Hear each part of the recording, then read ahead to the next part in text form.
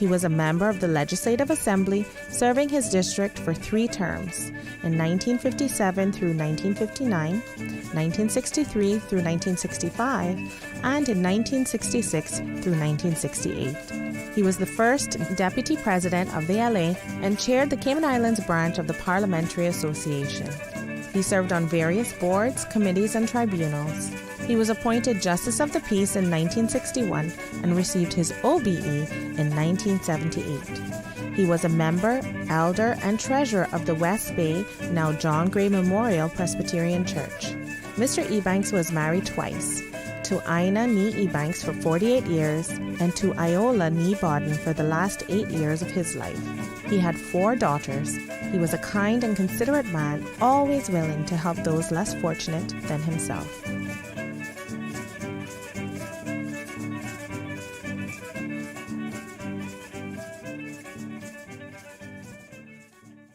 Since 1993, Rotary Central has worked diligently each year to provide quality bus shelters to our community.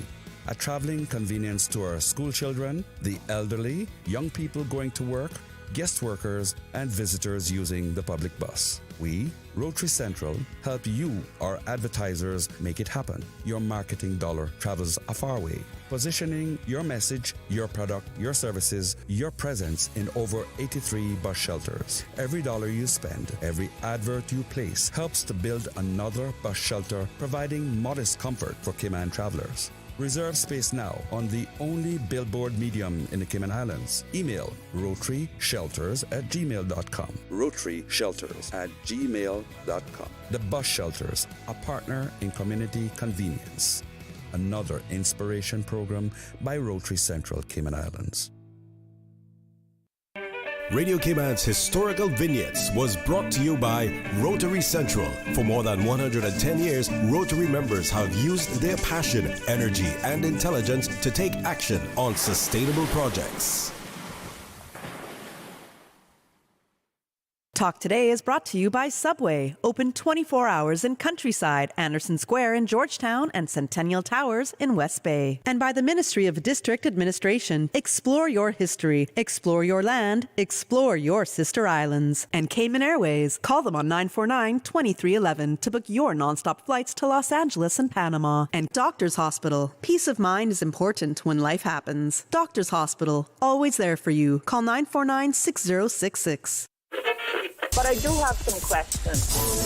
There are more questions than answers. Cayman Islands' foremost listeners participation program. Talk Today.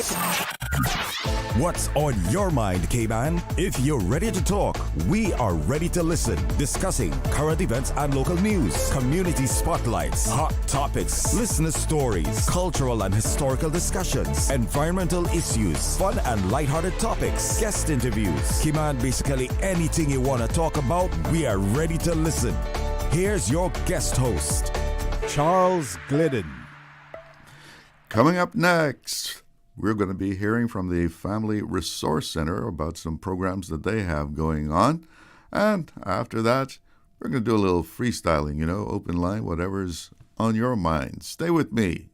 Talk Today is reminding you to avoid any statements or comments which are abusive, derogatory, malicious, or defamatory. Do not use indecent language or make any statement that is false or misleading.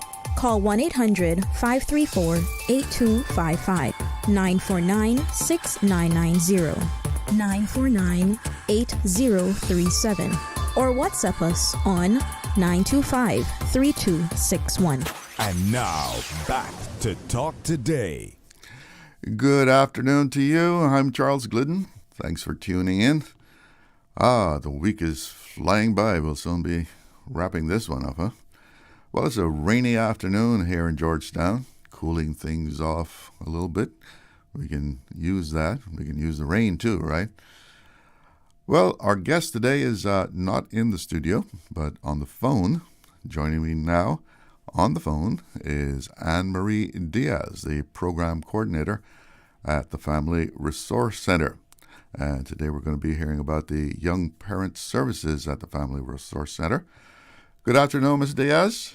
Good afternoon, Mr. Glidden. Thank you for having me. Yeah, they told me that the rain prevented you from getting over to the studio here. I'm so sorry. Yes, it's snowing. It's snowing. Oh, wow. All right. That's interesting. On the other side of Georgetown, it's snowing. Okay. Well, what's happening at the Family Resource Center? Well, first of all, thank you so much, Mr. Glidden, for having me. I grew up watching you on TV, so it's a real pleasure to talk with you. My parents are Pat and John Gray, if that means anything to you. But it's wonderful to chat with you. We have several parenting programs that we offer quarterly, and so September is nearly upon us, and I'll go through each of them and explain what their main goals are. I can also share some of their top tips to encourage parents. Okay. But I do want to remind any listeners that all the services we offer at the Family Resource Center are completely free to all parents raising children in the Cayman Islands. So it doesn't matter about immigration status or health insurance or any of that. We are just dedicated to providing compassionate care for parents because we recognize our children don't come with instructions. Oh, no, there's no parenting course per se, right? Well, we have the closest that we can get to it. All our programs are curriculum-based, they're evidence-based and research-based, so parents can be assured that they're not just, hearing something that someone just happens to thinks works. It actually is proven to work, all of the strategies that we share with our families, so they can feel comforted by that.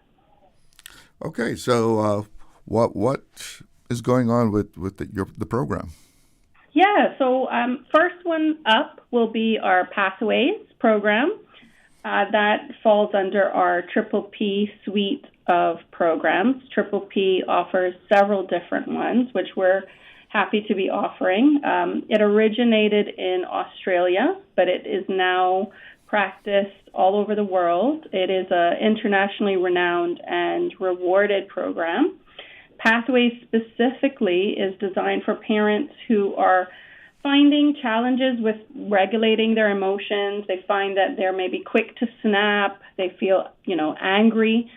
A lot of time they feel like they're losing control in those parenting practices. And Pathways helps provide a non-judgmental space, non-judgmental parenting practitioners, and tools that help parents to practically stay calm in the heat of the moment and choose parenting strategies that are going to be more effective. So how do people take advantage of this? So they can either find us on Instagram or Facebook. I know a lot of people are on social media.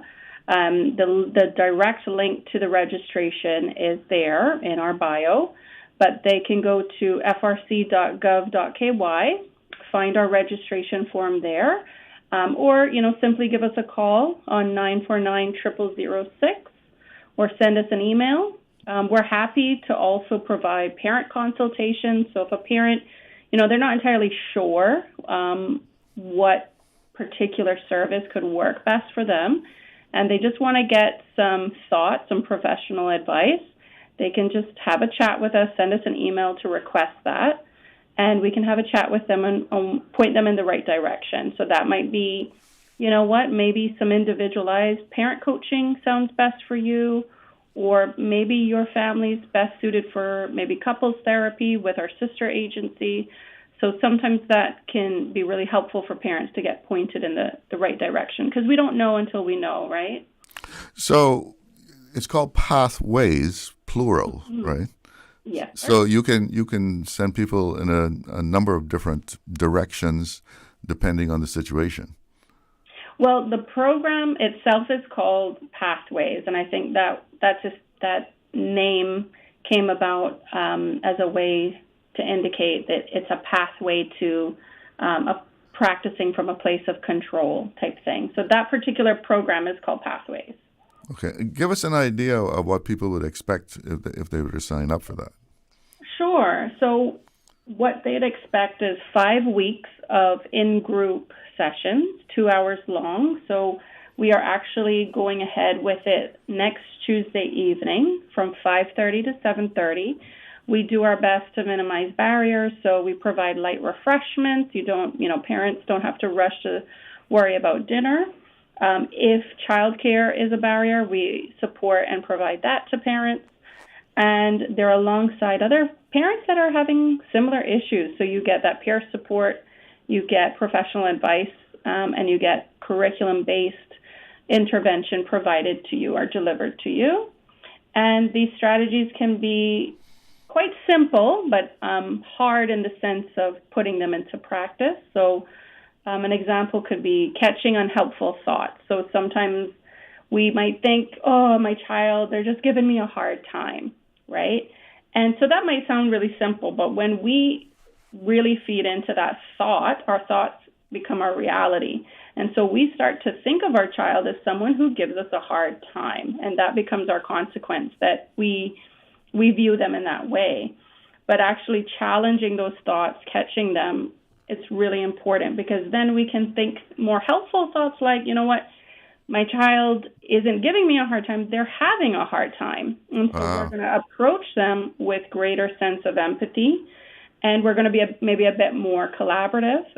We are likely going to be calmer also in our approach. So that's an example of something that parents can look forward to, and getting the support in how to really put this into practice, because it's easier said than done, right?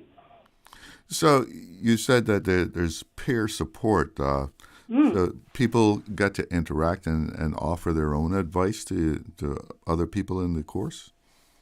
Well, in that space, yeah, you're amongst other parents that can empathize with you. They can share things that have worked. They can share, what not to do. Here's an example of, where it went really wrong for me. And that's incredibly validating for us as parents, because a lot of times we feel isolated, or we feel like our child is the only one getting labeled, or having these difficulties at school. It can feel quite isolating and alone, especially if we don't have family members who are supporting us in a positive way. So it's a space where they have fellow parents who can become friends. They can stay in touch after if they want to. It's entirely up to the individual group what they make it. I guess the mere fact that you realize that you're not alone in these kind of situations is uplifting. It is very rewarding. And I'm a parenting practitioner, and I'm a parent too. And so even for me, it's really refreshing hearing and seeing parents, become friendly or at least supportive of one another, because otherwise that parent may never have had that. So that's really important, that it's not just the professional support, but that they're alongside other parents in a group space. I find a lot of times we get our evaluations back, and I can't tell you how many times the parents are saying how important it was to be alongside other parents having similar experiences as them, because they had no idea. Okay, we're going to stick a pin right there because we have to take a break here, but stay with us. We'll be right back. Hungry? Need Subway any time of the day? Yeah. We've got you covered. Subway at Anderson Square, Centennial Towers, and Countryside Shopping Village is open 24/7, serving up fresh, delicious subs anytime you need them. And for your weekend cravings, West Shore Center is also open 24 hours on Friday nights and until 1 a.m. on Saturdays, because it's never too late for a great meal. Skip the line and order ahead with the Subway Cayman Islands app, or get your favorites delivered straight to your door with Bento and Let's Eat. Fresh, fast, and always here when you need us. Subway. Eat fresh. Stay cyber secure with Cayman National. Here are a few tips that will benefit you. Ensure to log out completely when you finish any online banking activities. Be aware of phishing attempts and only click links from trusted sources that are sent from your device through emails and messages. Remember, Cayman National will never ask you for your credentials. If you suspect a fraud attempt or that your account has been compromised, please immediately contact our customer support team at 949-8300. ए बोबो तीरी कज़ें ए everybody. I hear Cayman Airways celebrating their 57th anniversary by giving us the gifts, about 10 of them, because they got airfares on sale now for flights to every place they fly to next month through December. Look here, I go and book my flights now to go Galawantan this month with Cayman Airways. I'll see you directly. Catch your seat on sale by August 11th. Other conditions apply. Book on CaymanAirways.com, our new mobile app, or call us on 949-2311. Cayman Airways, celebrating 57 years as your award-winning, uniquely Caymanian airline.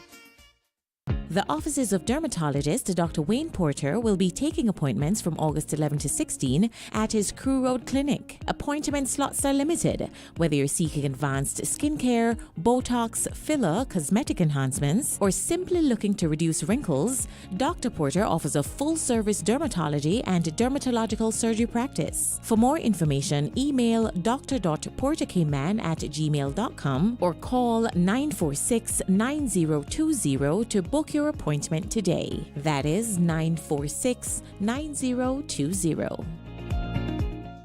Now, more than ever, supporting your immune system is crucial to helping your body fight off illnesses like the common cold, the flu, and COVID-19. At ValueMed Pharmacy on Walkers Road and in Boddentown, we carry all the essential vitamins and minerals to help support your immune system and improve your overall health. Some of our top immunity support picks are vitamin C, vitamin D, zinc, elderberry, and quercetin are the popular 7-in-1 immunity support. Our pharmacists are always on hand to help guide you and answer any questions. Visit ValueMed Pharmacy on Walkers Road or Boddentown. Live happy, live healthy with ValueMed Pharmacy. Radio Cayman's Talk Today.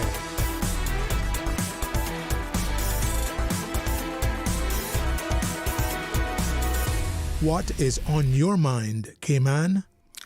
Welcome back to Talk Today. And on the phone we have Anne-Marie Diaz, a program coordinator at the Family Resource Center. And she's telling us about programs available at the Resource Center, the Family Resource Center. And we were just talking about the Pathfinders. Anything else that you want to make sure people know about that program? I would say that registration is required. So, just showing up on the first session is not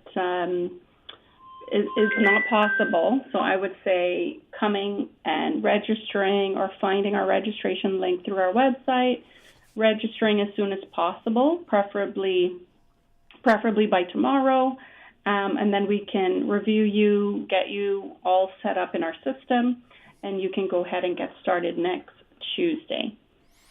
Okay, so what else is going on at the FRC? Sure. So outside of that, another Triple P program we have coming up is Family Transitions. This is coming up in September, so there's a bit more time to register for this program. But this one is designed for parents who are either going through separation and divorce, or they've kind of been going through that, or they've been separated for some time but still experiencing various unresolved conflicts. Maybe there's difficulty communicating, difficulty parenting from a child-centered approach. And so it's a way to support families to minimize or reduce conflict and ensure that they have a healthy balance. So do you actually get involved in, like, sort of, I guess you would say, mediating? Mediation? Yeah. It's more of delivery-based, so we're providing strategies, content. Mediation is something that would be more so taking place through the courts, so there might be court-mandated mediation. But to a certain degree, I mean, we can provide guidance and support, but in the professional mediation sense, we don't offer that. Okay, so this is more on the emotional side of things? It can. Tools to just manage healthier communication, too. So, even simple things we might take for granted, like the philosophy that our child has a right to love and be loved by the other parent is very important. I think that's foundational. And when we recognize that, or we have that kind of thought process, we are going to be more child-centered in certain things. So we might avoid overly negative statements about the other parent, right? Yes, even, and that's, again, easier said than done, because a lot of times it can be really challenging because there's, toxic histories there. But it's important that a child sees their parent, whether mother or father, modeling healthy boundaries and keeping them safe and free from the adult side of things.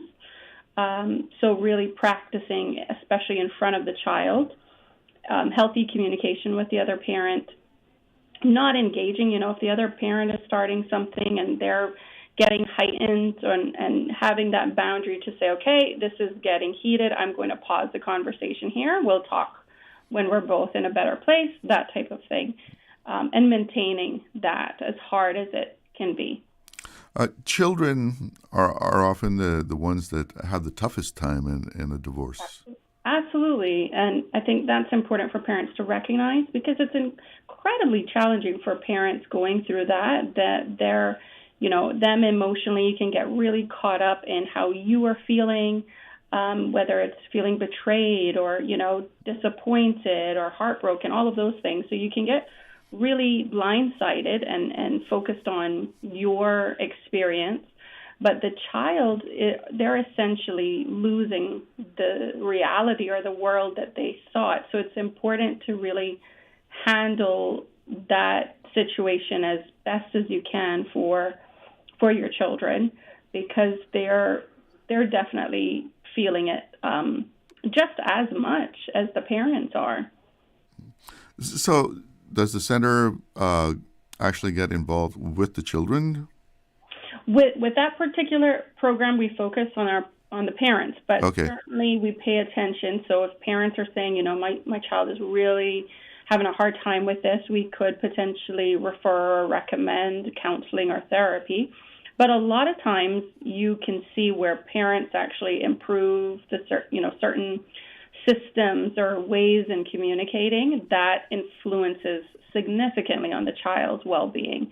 So the way in which parents show up, how we take care of ourselves, how we behave, actually directly impacts our child's well-being, even more so than going to any counseling or therapy session. I imagine it can be quite difficult for a parent to communicate to a child why this marriage isn't working, right? And to give them assurance that it's still going to be all right. Absolutely. So it's, we have different ways of speaking. So we would never say, tell a parent to say this specifically to their child.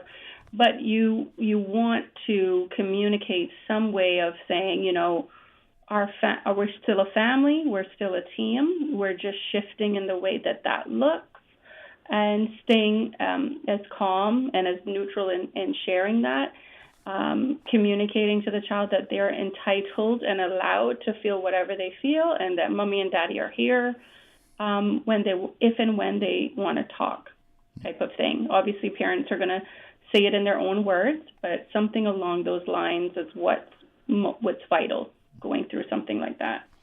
So is this particular service on an individual basis? We can offer it, and a lot of times we do. So what tends to happen with the family transition program, one of the parents might be coming to the group-based program, and the other parent might be coming to receive the same service, but on an individual basis. So we encourage that accommodation too, because we want parents to be on the same page, but we also recognize that there can be a lot of raw feelings and all of that, which can get in the way of learning. So we recognize that sometimes going through that separately can be helpful. So what's the group sessions like? Group sessions, very similar. So we're delivering the content that's curriculum-based. Parents are walking away with a workbook that they can refer to that has their own information and their own thoughts written down inside of it. They're also, again, if they're in the group, they're alongside other parents that are having their own experiences. And it's really interesting because it's not gender-based. So we have mothers and fathers together. And so it's really helpful for each gender to kind of hear the other perspective, because sometimes you're more open to hearing something that maybe your ex-partner or your co-parent has been saying, but hearing it from someone else can maybe open things up, can help you to heal, help you to be a bit more empathetic to the other side of things, which is really helpful in parents' journeys to getting to that healthy place, right? I don't know whether you would have the stats on this, but I'm going to put it out to you anyway. I saw something the other day, and this was not even sourced. Someone was just saying that Cayman has a particularly high rate of divorce. Is that true? That is true, and it actually was in the papers. I want to say a couple of months ago. They actually had. I'll see if I can find it myself, but there was a graphic that actually noted all the various forms of parenting issues that we're having, and divorce was one of the highest, and I believe it was like something like 52-53% of families are experiencing that. So it is certainly it's a topical issue, certainly. Just before we go to the break, any particular reason? Is there a thread that runs through this? Yeah, I think there's a multi-layered issue there, but we can talk about it when we come back from the break. If it gets that intense. Okay, let's take the break and we'll come back. Okay. Did you know that Doctors Hospital provides urgent care services 24 hours a day, 7 days a week? And Doctors Hospital's urgent care physicians have access to the most advanced MRI and CT imaging in the Caribbean, providing reliable diagnostics when you need it most. When you need quality urgent care for an illness or injury, Doctors Hospital is here for you 24/7. Whether it's a migraine, chest or abdominal pain, shortness of breath, broken bones, or another urgent need, Doctors Hospital at the top of Walker's Road. Urgent care right now.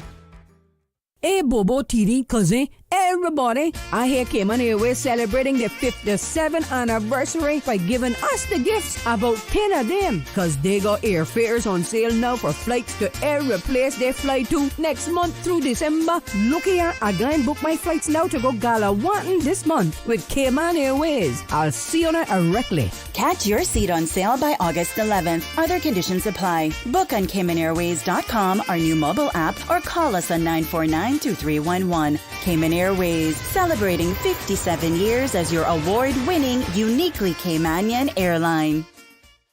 Stay cyber secure with Cayman National. Protect your computers and mobile devices with security software to defend against cyber attacks through viruses, malware, and other online threats. Be aware of unsecure Wi-Fi connections when in public. If you need to access your online banking or sensitive information on your mobile devices, try disabling the Wi-Fi and switching to data from your mobile network. If you suspect a fraud attempt, please contact our customer support team at 949-8300. The 7 a.m. Sports Report, brought to you by Dr. Wayne Porter, offering a full-service dermatology and dermatological surgery practice. Call 946-9020 to book your appointment today. Start. Stop. That's how long it takes to react to a child crossing the street. How long would it take you to apply the brakes? How long would it take the parents to forgive you? How long would it take you to forgive yourself? Slow down. Save a life. Not only theirs, but your own. Texting, speeding, and ignoring safety rules can cost lives. Visit gov.ky/road safety to learn more and help keep our roads safe. Radio Cayman's Talk Today.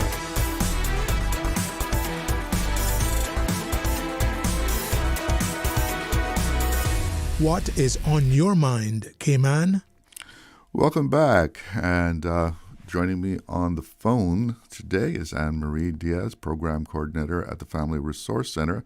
And just before we went to the break, we were going to explore the cause of a high divorce rate in Cayman.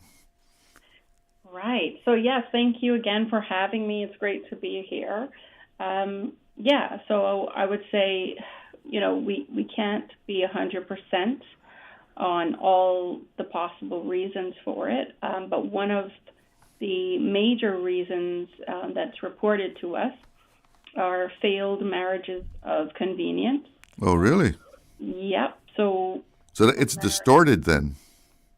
Yes, I don't know if it's, it could also be what we see from our parents. If our parents have practiced this, or if they divorced, there's all those pieces of it too. But there are marriages of convenience in Cayman, certainly. And I mean, that would drive the number up because, a marriage of convenience is headed down that path from day one. Right. Yeah. So if you're, your work permit, you're having some issues, you want to stay on the island, you know a friend who's willing to marry you, or you have a decent relationship and you're thinking, you know what, why don't we just get married and make sure that I can stay here, that type of thing. That way of thinking usually leads to problems later on, because there could be issues within the relationship that weren't resolved, and rushing into that and bringing children into that, which, of course, raising children is incredibly challenging. And so if you don't have a strong foundation with your partner, that's going to be really tricky. So that's an interesting point there, because, there's been a lot about that recently and clamping down on marriages of convenience. Yeah. So we might see that stat go down. Yeah. So what else do you have for us? Yeah, so another one that we have coming up will be, again, from the Triple P suite. So, again, curriculum-based, evidence-based program. This one is going to be focused on parents who are raising teenagers. So that is a unique developmental stage, and we know there's lots of talk in concerns for our teenagers and their well-being and their mental health. And so we have partnered with Alex Panton Foundation. So they will be delivering a concurrent teen talk group to the parents of that program. So if parents are attending our parenting teen program, which we're going to have on Thursdays starting September 11th in the evenings, then their teenager, because they might have multiple teenager, but their main teenager that they have concerns for, or they're welcome to attend the Alex Panton Foundation Teen Talk. All right, and again, this is group interaction? Group interaction, so parenting teens, similar to our other Triple P suite of programs, their parents are walking away with workbooks, evidence-based information, strategies to support or prevent high-risk behavior, which is incredibly high and common. Developmentally normal, but parents need to be aware and prepared and proactive for that stage, and how to maintain a healthy connection with their teens. We know it's developmentally normal for teenagers to want to pull away from their parents, right? They're developing their own sense of identity. Their peers are becoming way more important, and so that's all healthy. But we also want to support parents in maintaining that connection, making sure that their bond continues, and that communication remains open with their teen. Do you see any particular challenges among the Cayman teenage groups that parents have run into? Is there any kind of common theme that you see day to day? I don't know if this is Caymanian specific, because this is teenagers generally. Yes. Right? They're sleeping more. Like I said, they're less interested in what their parents have to say. That type. But did you say they're sleeping more? Well, yeah, teenagers, that developmental stage, their brain is going through, and their bodies are going through a lot of changes. So it's natural that they sleep more, and they should sleep more. Wow. Sometimes they sleep less because they're up all night on their phones or games, and so that can be problematic to their mental health and well-being, certainly. So making sure that they're getting enough sleep, say that teenagers have great access to their phones all the time. And that is very hard for parents to clamp down on if that has always just kind of been available to the child. But I would say to really help your teenager, make sure that they're getting good quality sleep and they're not up all night on their phones, is introducing rules around that, where actually at a certain time, the phone is coming out. There's going to be loads of resistance. There's going to be a lot of complaining, but it really is for the health and safety of the child. That should be a rule, I think, in all of our homes as parents with any child of any age, that there are no gadgets, no screens in that bedroom, and certainly not past a certain time. If it's in the bedroom, then that child can easily just go turn it on and go find it, right? So just actually removing screens or gadgets altogether, so that that teenager or that child can focus on a good night's sleep. You'd be surprised how beneficial that can be. Yeah, I guess in some cases you would have to actually have them turn the phone in to me. Yeah, give me your phone. Yeah, and I think children think that certain possessions are theirs, but actually if a parent purchases it and brought it into the home, it belongs to them. And there should be that rule or that communication about those expectations before anything comes into the home. And that can even be downloads. Like even before an app is downloaded on anything, there needs to be a conversation with the parent. I think. So you think parents should have access to that phone to know how to unlock it? Ooh, that becomes something else too, right? So parents get concerned because where's the balance in allowing independence and privacy? Yeah. While also trying to make sure that you stay safe. That can be quite a challenge, but I would say if you focus on the parent-child relationship and making sure that you have a strong relationship with your child and you practice that you are going to offer trust to them, then, there can be an assumption that my child is going to come to me. I feel safe and secure that my child's going to come to me about issues.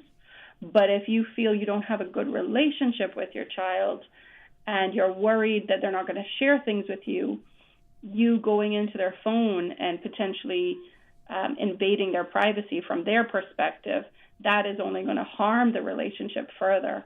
So that's quite a tricky thing to go through. So I would say parent coaching can be really helpful because every parent-child relationship is different.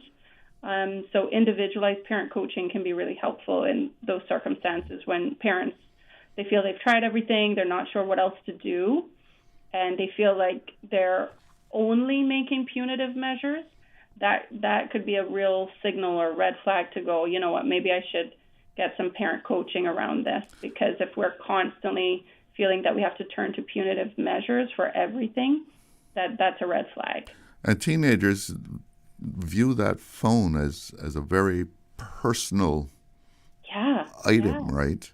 Yeah, it's their connection to their peers. The way teenagers socialize nowadays, a lot more takes place in the social and media and technological spheres rather than face-to-face. So we're seeing like a social skill deficit, certainly. But that is the generation, that is the world that they're in right now. So it's really tricky for parents to help them navigate that. But yeah, for me and for what a lot of the research and evidence says is it's really about balance. It's about honoring, where we're at and, what exists, but at the same time making sure that we're supporting our child to be healthy, to have the skills to navigate as they become adults too. So we've got about 2.5 minutes left in this segment. Anything else that you want to make sure to tell people about? Yeah, I think just follow us on Facebook and Instagram. We have a WhatsApp channel too, if you'd like to stay updated with our ongoing programs. We have events, or go to frc.gov.ky, our website. And you can certainly email me. I oversee our general email, which is frc@gov.ky. So if you just pop an email through, I can point you in the right direction, or we can have a chat over the phone. And all of our practitioners were incredibly compassionate non-judgmental. We've heard it all. We're just here to support parents and to enjoy that parenting journey and to help their family be as happy and healthy as possible. So you are open to help anybody that has a family problem? Anybody, and that can be, grandma is welcome too, and the nanny, welcome too. So if anyone has a hand in raising a child, whether they're biological or otherwise child, we welcome them to our agency. Do you have things that are specific to senior citizens? Our programs can certainly be applicable to seniors. I would say maybe being delivered on an individual basis is best.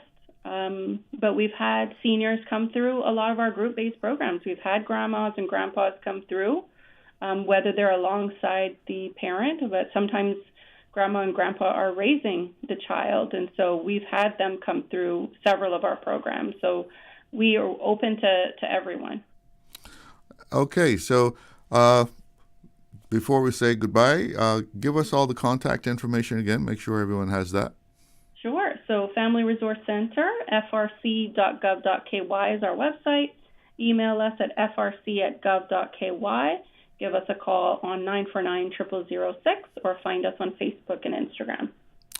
All right. Anne-Marie Diaz, Program Coordinator at the Family Resource Center. Thank you so much for joining us. Watch out for that snow now. Have a good afternoon. Thank you, Mr. Glidden. Take care. You too. All right. It is coming up on 1 o'clock, and that means we have to check out the headlines. This is the People's Radio Station.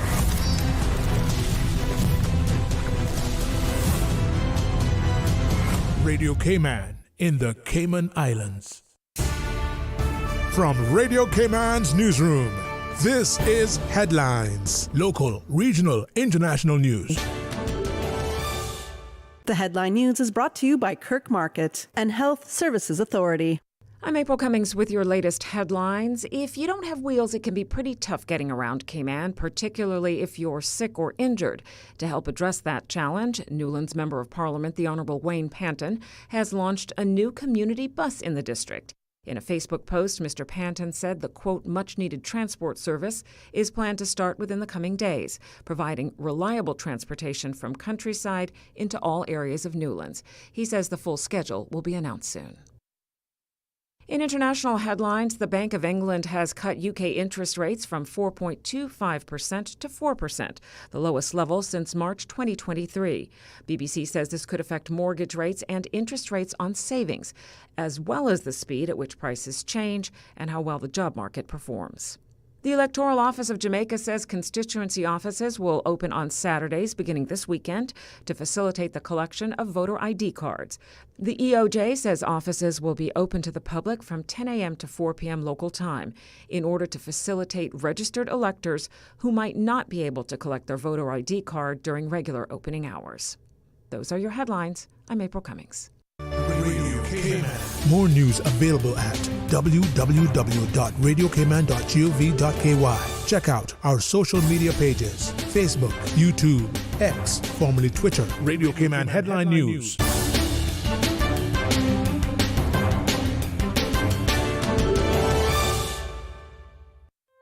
Looking for fresh, healthy food that's full of flavor? Then you've got to visit Kirk Market. Our dishes are made with fresh, high-quality ingredients. Enjoy vibrant mixed greens or satisfying pasta salads. Or try one of our delicious grill options like blackened chicken, spicy beef steak, or grilled salmon. Looking for something light and flavorful? We've got sushi rolls and poke bowls prepared daily.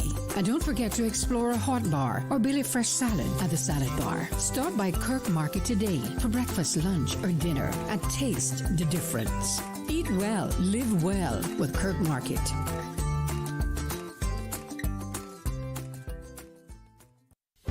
Do you have a healthcare question but not sure who to ask? Contact HSA's Patient Call Center to speak to one of our experienced clinical team members. We are here to answer your questions and help guide you through your healthcare journey. Need to make an appointment? Our team can help. Contact HSA at 949-8600 or email info@hsa.ky. At HSA, we are committed to caring for you. Radio Cayman is pleased to feature this special Sister Islands historical vignette brought to you by the Ministry of District Administration and Lands. Explore your history, explore your land, explore your Sister Islands. In 1968, the government of the Cayman Islands purchased a controlling interest in Cayman Brac Airways from Alaska and then formed Cayman Airways.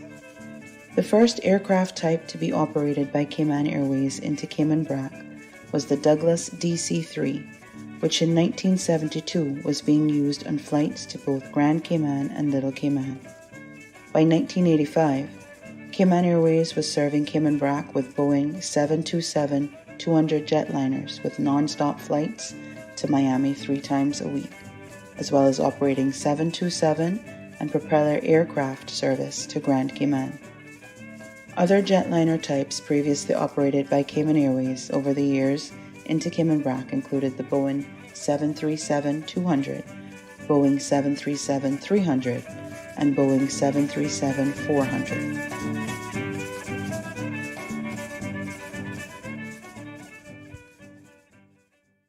Radio Cayman is pleased to feature this special Sister Islands historical vignette brought to you by the Ministry of District Administration and Lands. Explore your history, explore your land, explore your Sister Islands.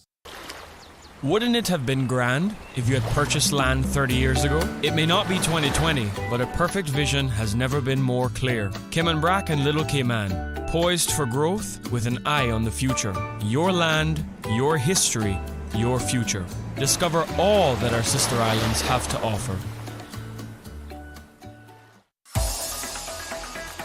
Radio Cayman's Talk Today.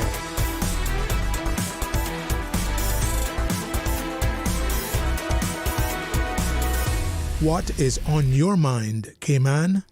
Oh, welcome back. Let's do a little weather check here. It's been a rainy afternoon here in Georgetown, at least at Owen Roberts International. It's 85 degrees, feels like 98. And, I guess the overcast skies and rain cooled things off for a little bit.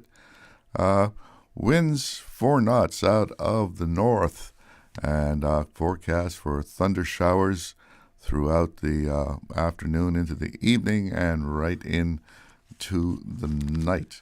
And let's see here, the National Hurricane Center in Miami. We got some areas of disturbed weather out in the Atlantic. That has a 60% chance of a cyclone formation over the next week, but that's headed up northwest right out there in the Atlantic. Nothing coming our way, and they got a little system off the southeastern United States, 20% chance of cyclone formation in 7 days, but that's headed out to sea also. And Dexter is dissipating, it looks like.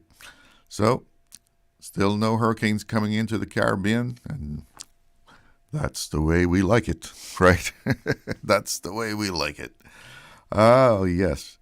So, yesterday, we were talking about culture, and it was during that time that we actually got word of Reba Dilbert, as most of us know her, and we got word of her passing.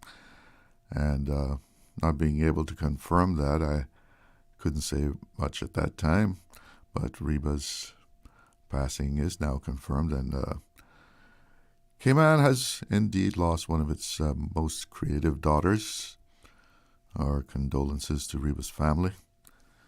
I remember in younger days I'd run into Reba in the middle of Georgetown, and she would always have so much to say, of course, so much to say, and we'd stand there and right there on the street in Georgetown and talk for about a half hour. Which I guess that's Cayman culture too, right? You we just meet up and you talk right there. She certainly put her creative spirit to good use. Reba Dilbert, thanks for bringing your style and your splash of color to the Cayman canvas. Rest in peace. Rest in peace. Yesterday, Daryl Dakers was here too. He was in the studio talking about culture and a project that he's working on to preserve some Caymanian music. And he mentioned that sometimes you hear someone, most likely a non-Caymanian, saying, that Cayman has no culture, or asking, what is Caymanian culture?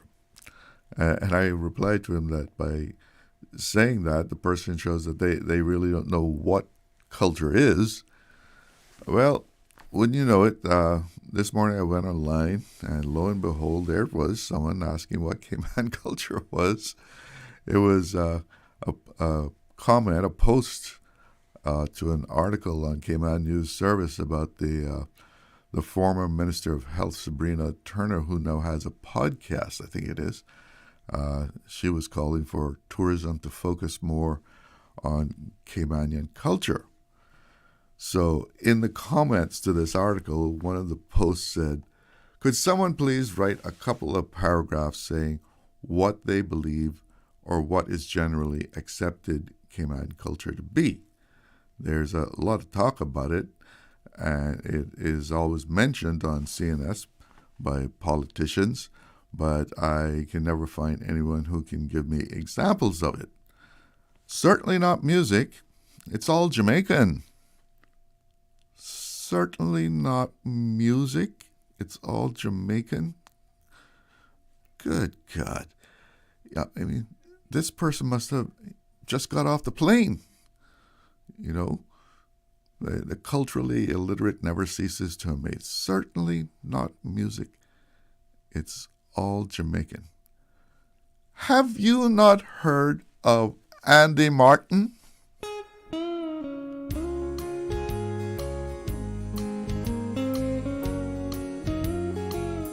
He's a Cayman cowboy, and it might seem strange, but he calls his island his home on the range. That's the Cayman cowboy, Andy Martin. He didn't sound very Jamaican to me. Have you ever heard of a fiddler named Radley Garzong?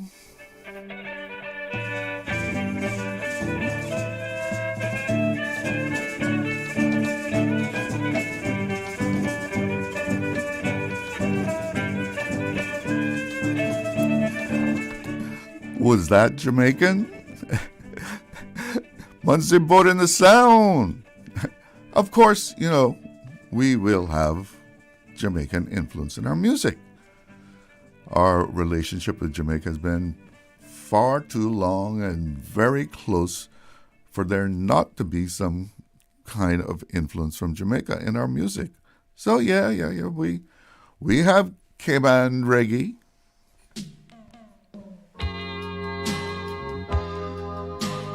Yes, brothers and sisters, as we take a look at international affairs, we can see that your time is drawing nigh. We seem to shed a lot of tears for all of those who have suffered and died for freedom and equality. So we'd like to say these few words. Hey, we got to have love now, 'cause it's understanding. Yeah, the late, great Jamich there, Mitchell O. Ebanks. Yeah. But the thing is, culture is more than music. Much more than the performing arts, which is what people will often limit culture to, If you're not singing in an opera house or in some big theater or something, it's not cultural. But culture goes way beyond that, Obviously, this person didn't hear my talk yesterday about, Cayman beef, where we are being passed off this stuff that they call it Caymanian style beef, but no, that's not the real thing. And this post had like 22 thumbs up, you know. So that's 23 people that are not up on what culture really is. And if there's 23 of them on record, there's probably maybe 230. So there's work to be done. There's work to be done. If you want to get in on this conversation, pick up the phone. We're just freestyling here. Pick up the phone, call me. The numbers are 1-800-534-8255. That is compliments of Flow. You can also call the 949-8037, 949-6990, or WhatsApp 925-3261. And what is culture anyway? So I got a little help from Oxford University. Where they have a course called Interculturally Speaking. And this page here is titled My Culture Self. What is culture anyway? And it speaks of, you know, there's difficulties in defining culture. So it's not surprising maybe that people, even though they're here in Cayman, or maybe they're even Caymanian, that they can't really say that is culture. First of all, culture, as I was saying, goes beyond music and dance and art, or just the performing arts. It's really a holistic thing. It is integrated throughout the whole community. This is saying that it's made up of various interconnected aspects. It has a shared system of meaning. It determines how its members perceive the world. Culture is their experience, is how they experience themselves and how they organize their lives. Culture is learned. It's not an instinctive thing. You know, the child watches what goes on in their family. They just pick it up, and it's part of them. You know, it's internalized from social environment. One generation passes the culture on to the next. Remember, I was talking about Miss Annie saying she was teaching her daughter how to make the real Cayman beef, you know. And some that's a conscious effort, but it's also unconscious. As children grow up, members of the culture become socialized by learning what is acceptable and what is not acceptable in their culture.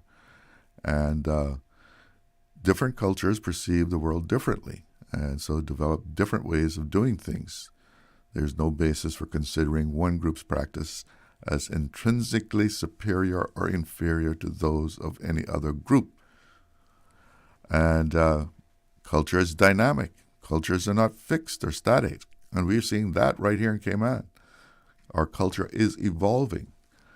What somebody that is 25 years old sees as their culture is not necessarily what someone of my age might see as their culture, because the culture is changing. It's influenced. We accept certain things. We reject other things that we don't want to be a part of our culture. And interestingly enough, I found this last item here about what is culture, and it kind of explains why some people will say, well, what is Cayman culture? Or I don't see Cayman culture. It says, culture can be similar to an iceberg. Some of it is visible on the surface. A much larger part is below water level and very difficult to see. So unless you're really interacting with Caymanians, trying to eat some turtle meat and conch stew, you know, you're not going to see the culture. We have a caller on the line. Good afternoon. You're on the air. Yeah, you're talking about culture today. Yeah. Huh. I think one of the fundamental things is that we need to sing more about it. We need to sing it more. And we need to be proud of it and wear it. Mm-hmm. You think we're sometimes not proud of it? Well, I wouldn't stretch that out to that far, but I think it's an educational process that we don't value it as much as we should. And if we value it, then we will sing it. Because I think if we don't sing it, if we don't wear it, then it gets trampled, it gets buried. Yeah.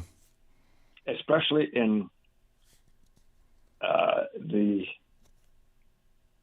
time frame that I guess we've been in since probably about 1965.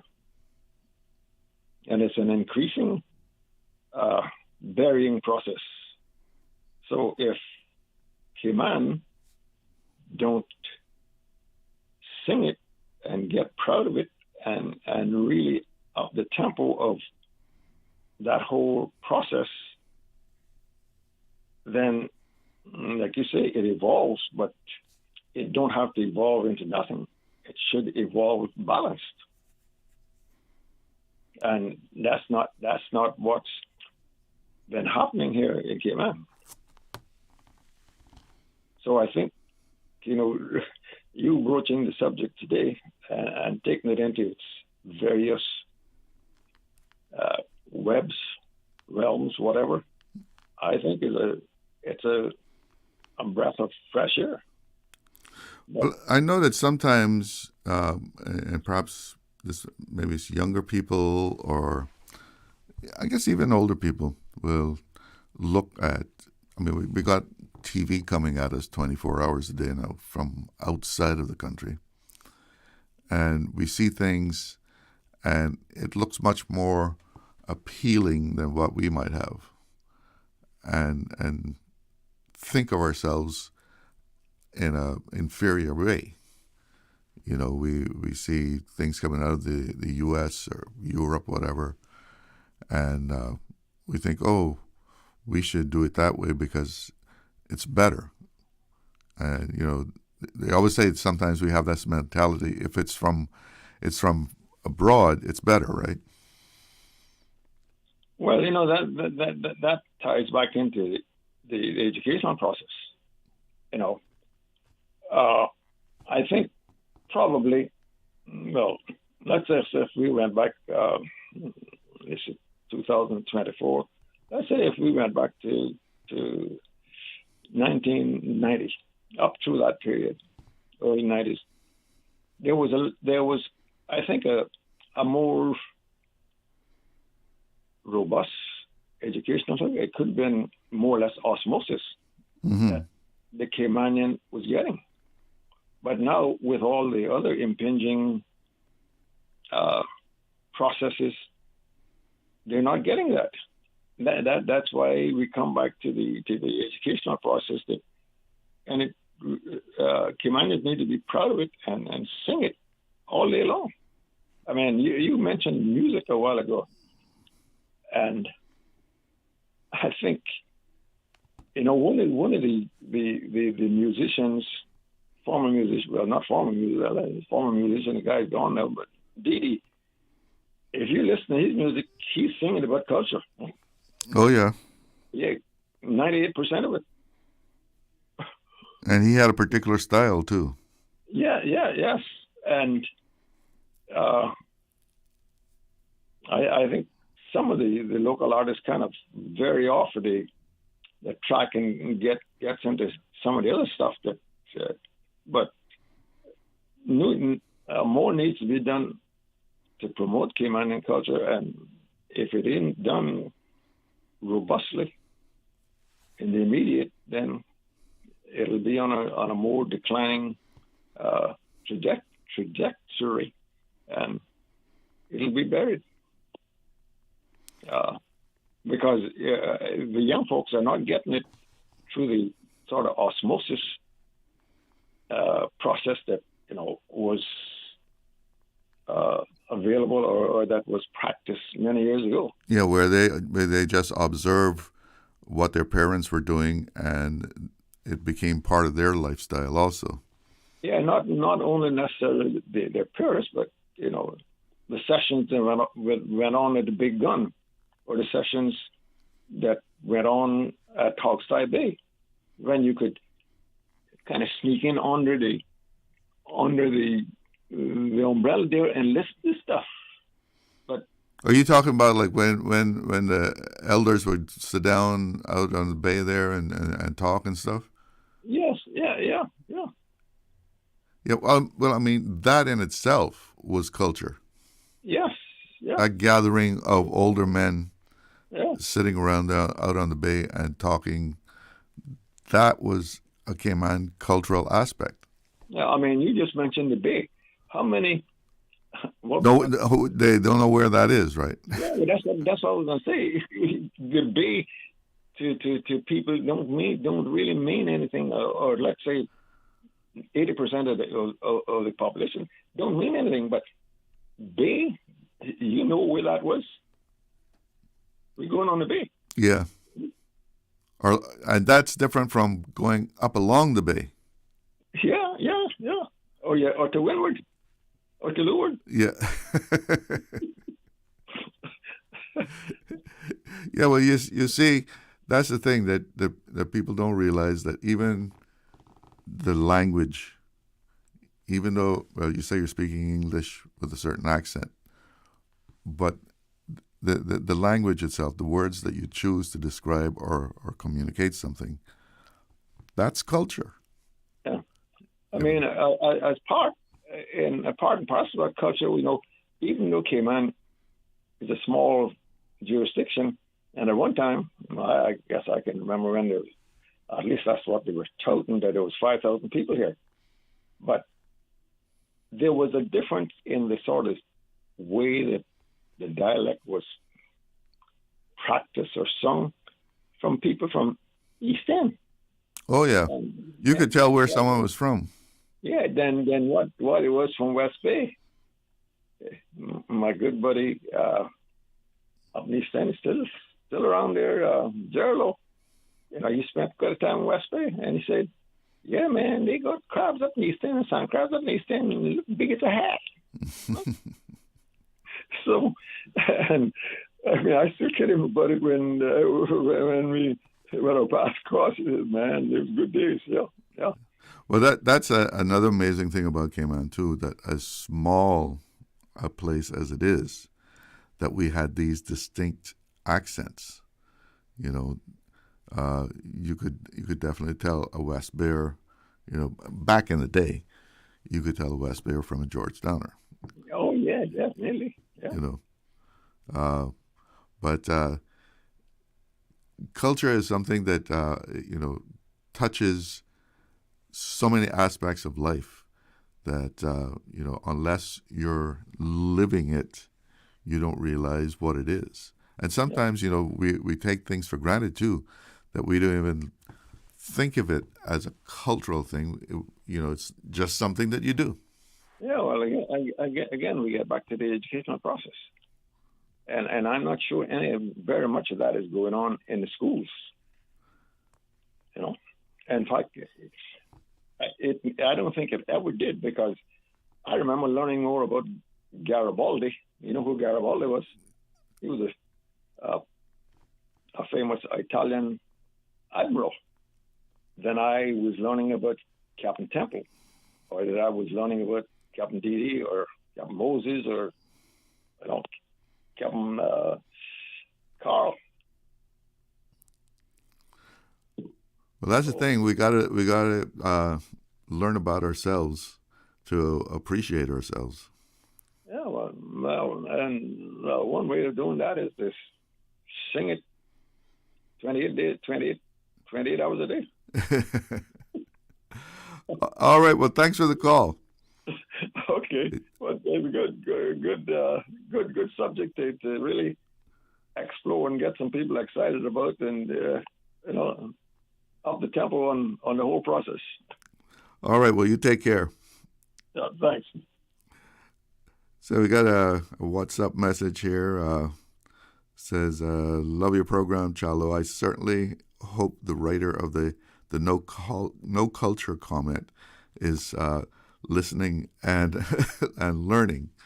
And another WhatsApp message here.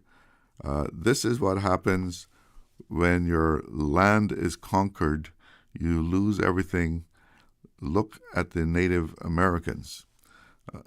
I don't know if we're conquered yet, or I don't know if we're conquered. I mean, it's a whole different situation.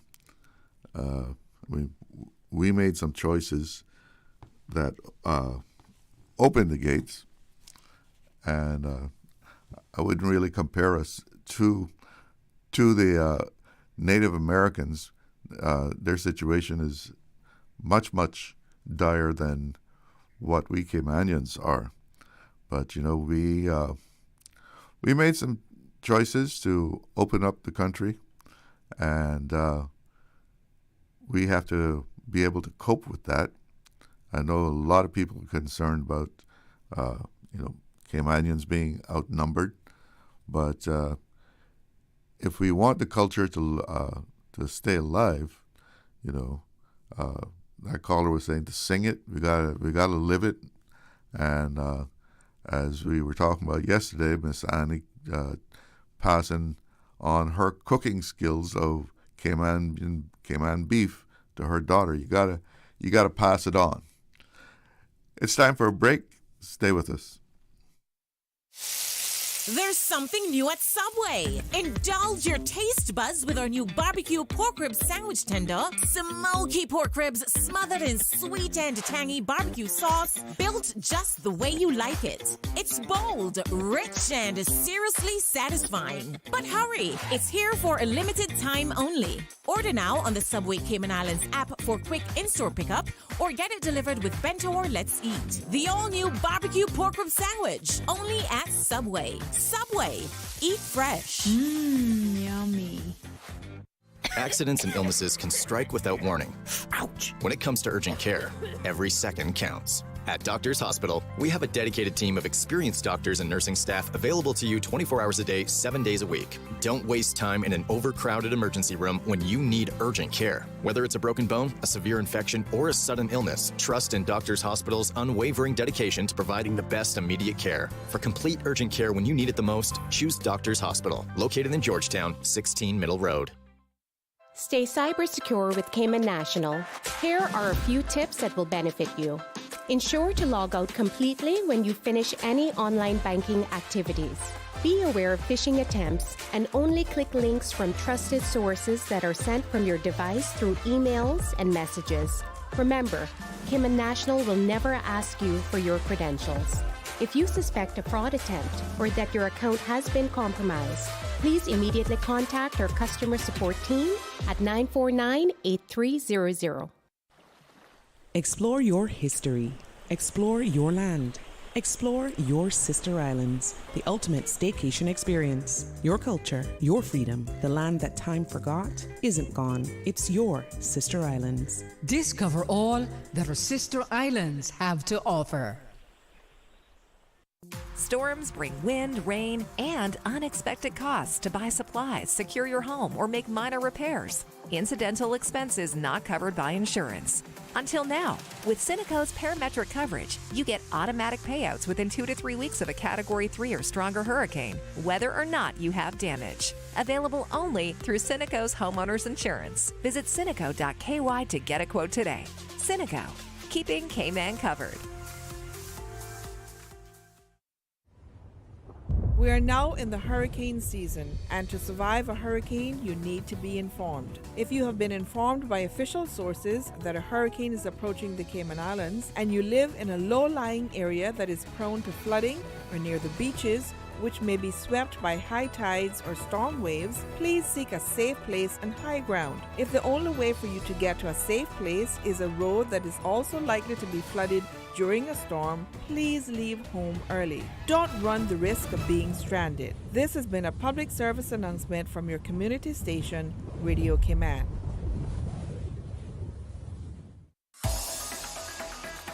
Radio Cayman's Talk Today.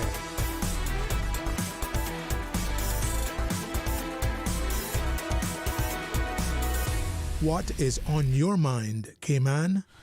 Welcome back.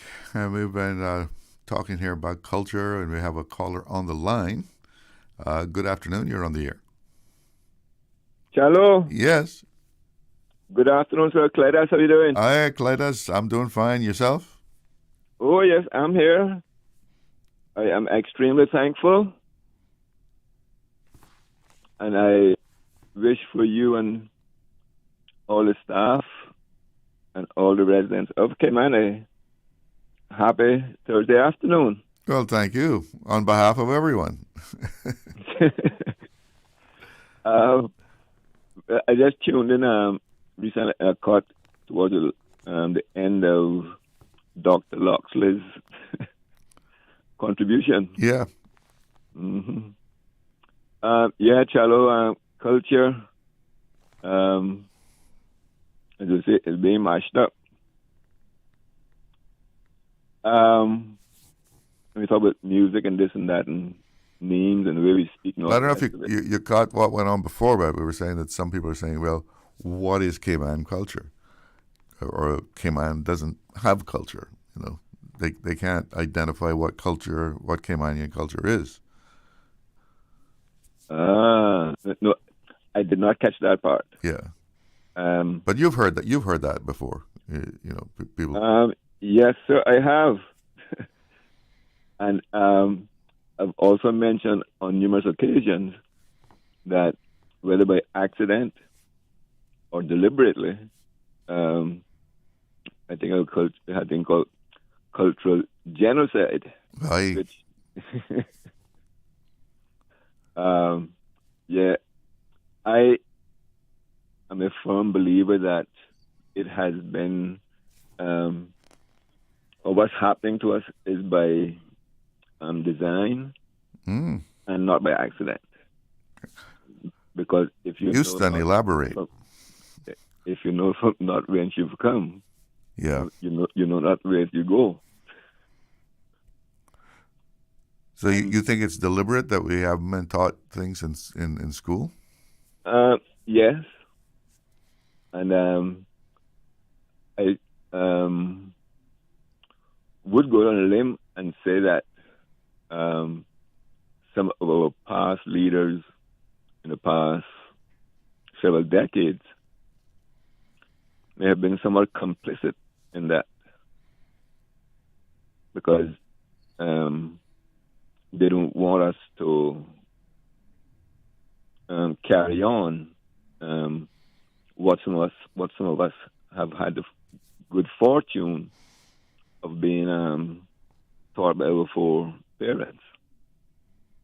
Well, why would they want to do that? So he that pays the fiddler calls the tunes. Mm-hmm. And I think a lot of those that actually make these major political contributions, they don't do it from the goodness of their heart. Of course, you expect something back. Yeah. And I think that what they're expecting back is for not too much pushback on that ability to get a good return on their political contributions. I am hoping, praying, not a big fan of praying, but I'm hoping that the current administration will make some concrete effort to try and reverse the trend, the trajectory, using one of Dr. Loxley's words, the trajectory that we're on. we have numerous examples and some very close to us as what can happen when we don't pay sufficient attention to our people. A couple of examples, some just about going out on the bay. Yeah. Those of us here in Westby, going about the cop hall. I mean, everybody knew where you see go out on the bay, out by the cop hall. You're either going out on the bay or up in the land. Yeah. Going over Vicksville. But now you're going over to Turtle Farm. Yeah. We used to go up in the Sound, but now you go up in Morgan's Harbor. Right. the name of a restaurant. We used to go Smith's back there. Now we're going Smith's Cove. Right. And even to some... or you used to go to East End. Now you're going to the East End. You know what I mean? We used to go Smith's back there, and now we're going to Smith's Cove. Yeah. These things, so unless there are some concrete efforts made to protect those things, we're going to lose it. I remember back towards the latter part of the 70s, Carson and I did we were the surveyors, what's the word I'm looking for? We had a professor from York University, Dr. Cessna. He came in and did a tourism attitudinal survey. Wow, that sounds big intellectual stuff. Yeah, and Carson and I went and actually surveyed persons. Did a lot of walk-bys and tourists and this and that. You know. Getting opinions and feedback. Yes, sir. It would be so interesting to see if we did one today, tomorrow. What the difference in that our attitude now towards tourism. Mm-hmm. And compare the two. You know what I mean? But I suppose the answers that we may get may not be what, again, those person who pays the piper. I know that's a bit strong, but it's either they're complicit or they don't know any better. Neither of which are good characteristics of a leader. So, sir, what can we do to try and get back on the right track? I would suggest that we look seriously at getting some population. I don't want to use the word policy because we have a hard enough time trying to enforce the laws and regulations that we have. If you can't enforce a law, you sure as hell ain't going to enforce a policy. Mm-hmm. But we put these quote-unquote policies in place, and that's that. That's that. We've got the laws and regulations, and we don't tend to enforce those sufficiently. Well, at least you could call someone out on it, right? But this is the law. It's the law. I mean, take the planning law. It's called the Acts now, the Planning Act. And that's the one law that one act that I'm most familiar with. Section 5, talks about government, should establish this land use policy, and at least once in every 5 years, they shall do a development plan review. it started in... That's mandatory. It's mandatory. You shall. If they say you shall drive 40 miles an hour, and the cops catch you doing over that, then they can prosecute you. If government does not do what it's supposed to do, who's going to prosecute government? So, yes, let's get something going so we can collectively say, okay, this is where we want the islands to be in the next 10, 15, 50 years. And you think that has to be political? Yes. Yes. I mean, who else can make laws of the land? Mm-hmm. Parliament. But I want to get back to something that you said in the beginning. That you I hope I don't forget it. But he who pays the piper. And if I was reading what you were saying there, that those who were making these big contributions to the politicians and so forth, that they were wary of us being too culturally conscious because there might be some kind of pushback against them? Yes. That's where you were getting at, right? Precisely. I mean, look at, again, the development plan. Again, I am convinced that the reason why we don't have these regular reviews is because the politicians do not want it, because it will tie their hands too much. I hope I'm wrong, but give me another reason. Give me another reason why it hasn't happened. Yeah, would put them in a position that they don't want to be in. Precisely. Now, look, take CUC, for example. The sole supplier, except the few solar or alternative energy sources that we have. CUC is the sole distributor of electricity on the island. Mm-hmm. And now they're up in arms and saying, we need this extra supply. How much extra do we need? Because nobody knows where we would like to be in the next X number of years, decades, because at least the public doesn't know about it.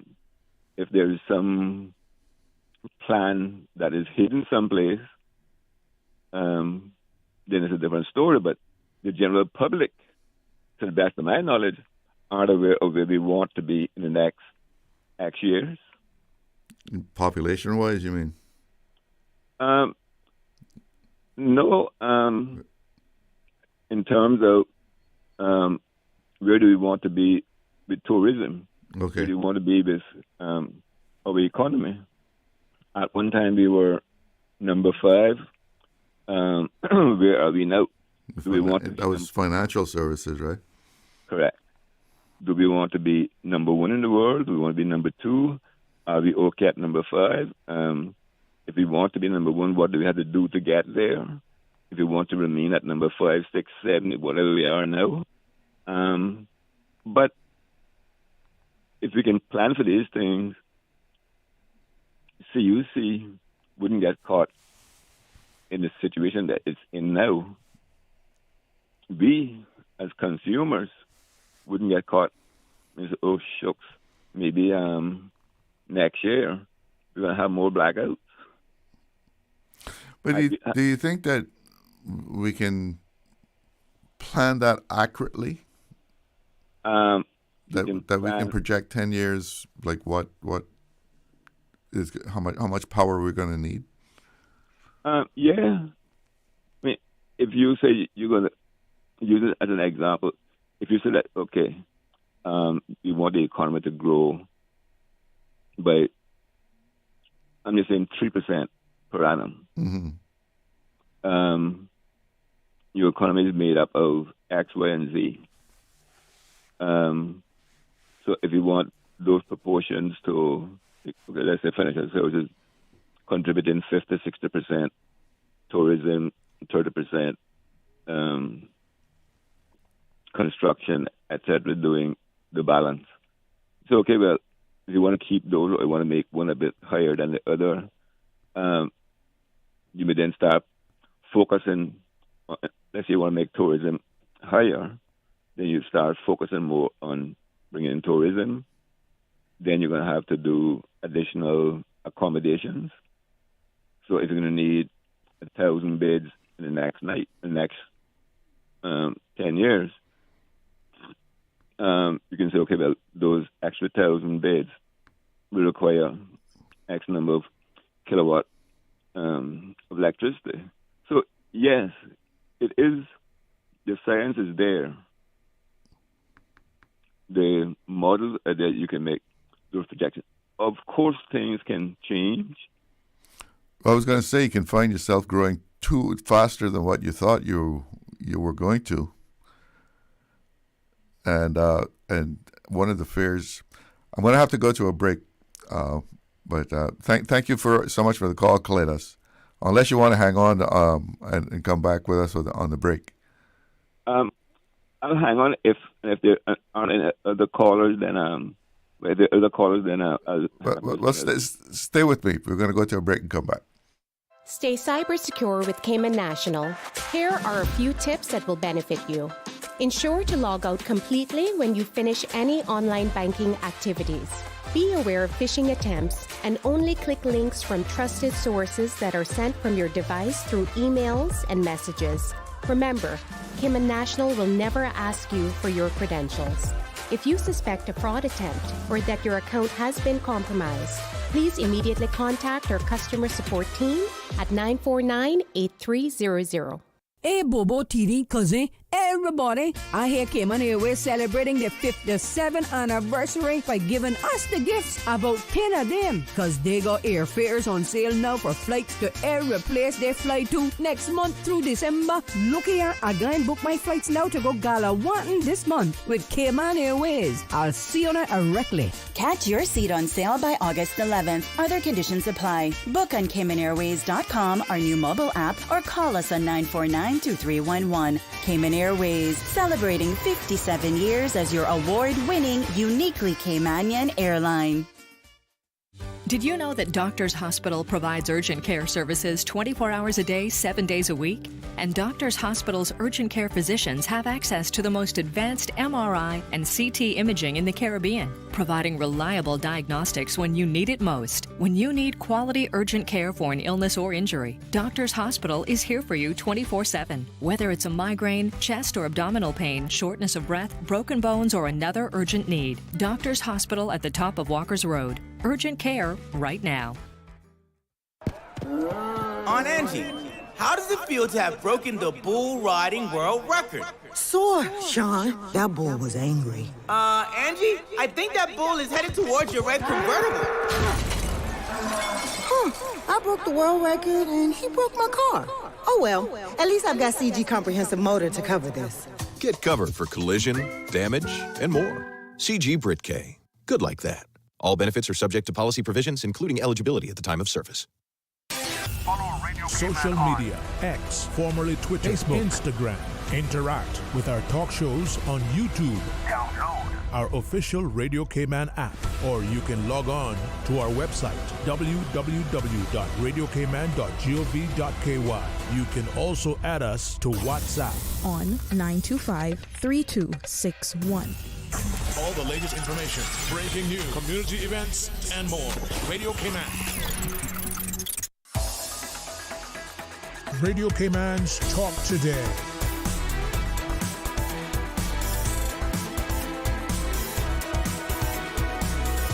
What is on your mind, Cayman? Welcome back. And on the phone, we have the one and only Cletus, who he knows a thing or two about town planning and things like that, right? Are you there, Glidden? Yes, sir. You know a thing or two about town planning, and before we went to the break, we were talking about controlling or planning the growth. That that over 10 years you want to do so much percentage per year, whatever. And I brought up the point of sometimes you might find yourself that you're growing faster than what you had planned, that things are booming. And I know in Cayman, in years gone by, when we had other booms, that the politicians, the people who formed the government of the day, were fearful of putting any kind of brakes on because, they said, oh, well, you put the brakes on, you slow it down, you might slow it down too much, then you can't bring it back. You think that's a valid fear? I would say to a degree, but that's when you try to put all your eggs in one basket. Let's take the human body as an example. If you, generally speaking, if you eat too much, then you're going to start gaining weight. Yeah, I'm guilty of that. Okay. And if you don't want to gain so much weight, what do? You go on that diet. Eat a little less. Some diets work better than others. Yeah. But you keep tweaking it until you find something that is balanced. So you may find, yes, that you want all your economic drivers to perform as you would have planned. Of course, you can't plan 100% accurately. Mm-hmm. Diversity helps too, right? Yes, in more ways than one. Look, we're now talking about the population growth, issuing all of these statuses.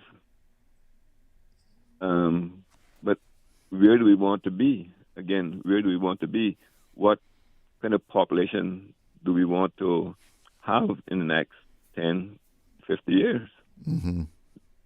Now, I think if you don't have at least a 2.1% population increase, then your population then starts to decline. When you start dying, that's not a good feeling or a good thing to happen. Yeah. I guess we have a little to give, though, don't we? Yeah. But not among the Caymanian population so much, but as far as the general population growth. Right. So if you say, for example, you want your population to grow, again, I'm just using figures, 3% per annum, and you want to sort of have some degree of control, management. I don't like to use the word control too much, but some manage it better. So, okay, at the end of the year, you've only had 2.5% increase. So let's say, again, that 3% equated to, let's say, 100 persons. The ease of calculations. And you only had, if you wanted to go by 3%, and you came off the mark by 0.5% or whatever, then you can add that 3%, that 0.5% in statuses. So at the end of the day, you still achieve that 3% growth in actual terms of Caymanians. Yeah, okay. So it is a fairly easy science to do. It just requires the will to do it. If you're going to, your car rate, your vehicle ownership ratio is 2 or 2.5 vehicles per household. If you want to maintain certain travel time between point A and point B, with X number of cars coming in every year, automatically it's going to require more roadway. So if you know that without any sort of management, you end up now where we are now with, by the time this road is finished, the one that it's sort of replaced, that's now bottleneck. Oh. Well, it's like I-95 in South Florida. Yes. They're forever adding a lane. Forever. And persons who have had a whole lot more experience with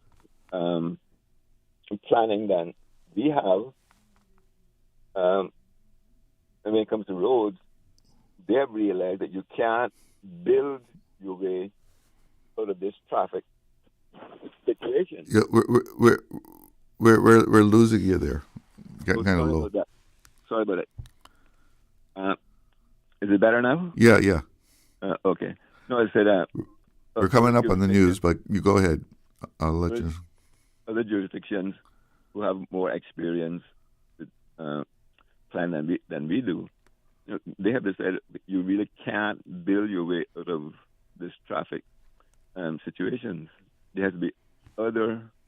And mind you, they've been building that since, 1960s? Yeah. Mm-hmm. Look at the... I'm more familiar between West Bay and Georgia. Right. Not getting to East End as much as I used to. But between West Bay and Georgetown, you go some mornings now and after the Tibbets, I refuse to call it a highway. 40 miles an hour maximum speed limit, the highway. Listen, I got to break in on you because we've reached 2 o'clock. And all right, good talking to you. Likewise, man.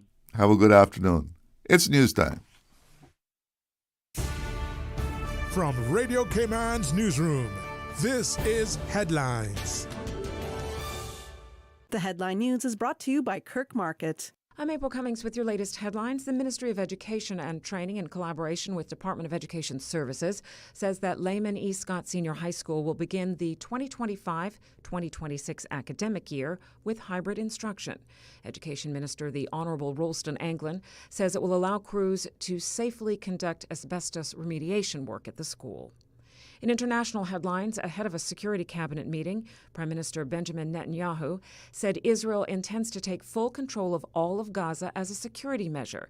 The Prime Minister tells Fox News Israel aims to remove Hamas in Gaza before handing the territory to civilian governance that is not Hamas nor anyone advocating the destruction of Israel. Chinese authorities have taken measures this week to try to curb the spread of chikungunya, a virus that often causes fever and joint pain. As of midweek, government reported there had been more than 7,000 cases, mostly in the southern manufacturing hub of Foshan. Chikungunya is transmitted by infected mosquitoes and mostly causes mild symptoms. The majority of people recover without seeking medical attention after 1 to 2 weeks.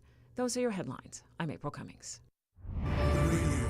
www.radiocayman.gov.ky. Check out our social media pages: Facebook, YouTube, X, formerly Twitter, Radio Cayman Headline News.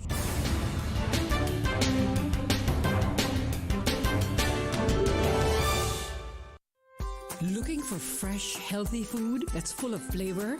Then you've got to visit Kirk Market. Our dishes are made with fresh, high-quality ingredients. Enjoy vibrant mixed greens or satisfying pasta salads. Or try one of our delicious grill options like blackened chicken, spicy beef steak, or grilled salmon.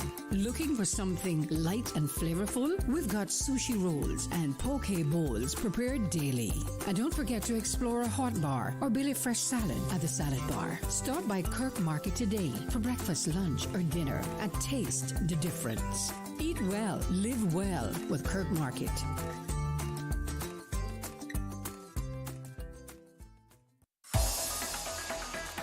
Radio Cayman's Talk Today.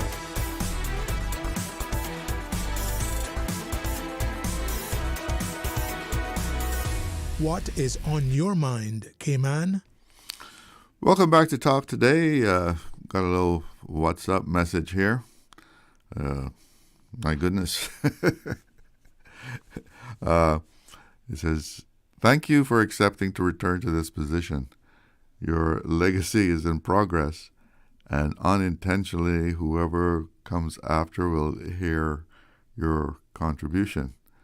I'm happy to congratulate you today on your contribution." Well, thank you very much. I'll try not to let that go to my head. Thank you for that. Makes me feel good.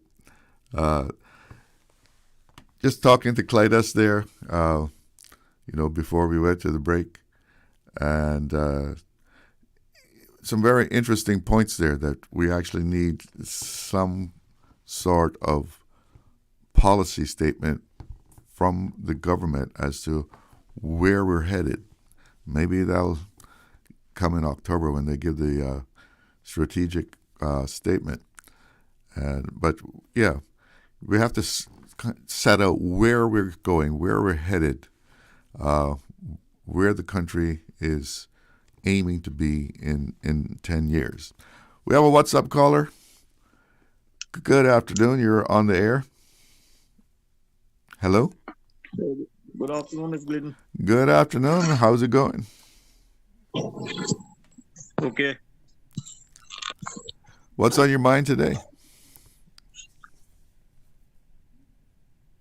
Well, hearing what the last caller was saying concerning why things are the way they are, especially when it comes to our young people coming out of school and not having